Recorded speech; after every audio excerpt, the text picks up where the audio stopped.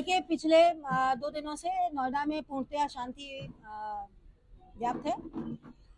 Police के द्वारा sector scheme को लागू करते हुए प्रातःकाल से ही लगातार फ्लैग मार्च और पिकेट ड्यूटी कराई जा रही है।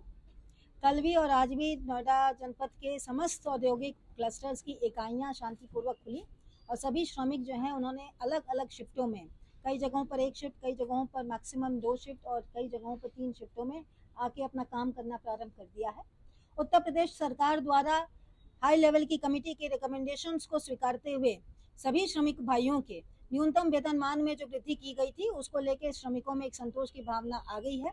साथ ही साथ उत्तर प्रदेश सरकार द्वारा श्रमिकों की संभावनाओं को देखते हुए, उनकी भावनाओं को देखते हुए और उनके विभिन्न परिस्थितियों को ध्यान में रखते हुए एक वेज बोर्ड के गठन का भी निर्णय लिया गया था, जिसे कि परसों ही सभी श्रमिक भाइयों को अलग अलग माध्यमों से सूचित करा दिया गया था। इसके बाद ही वो पीसफुली काम पर लौटे हैं। आज भी जनपद में सभी सेक्टर्स में शांति व्याप्त है, काम चल रहा है, श्रमिक आ रहे हैं और जा रहे हैं। इसी क्रम में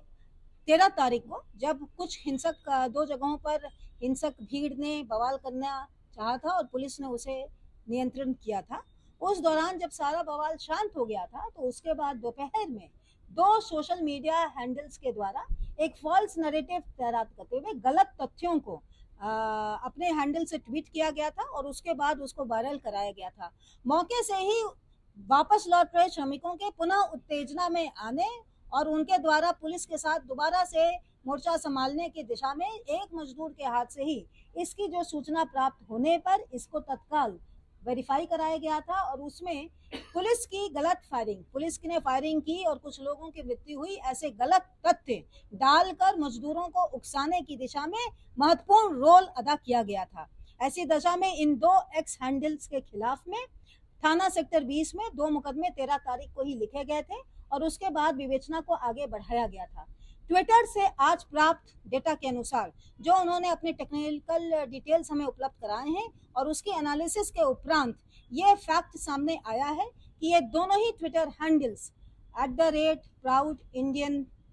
नवी एंड एक आपका है जिसकी सूचना आपको अलग से दे दी जाएगी जो उस एफआईआर का हिस्सा है। ये दोनों ही हैंडल लगातार पाकिस्तान से ऑपरेट होना पाए गए हैं।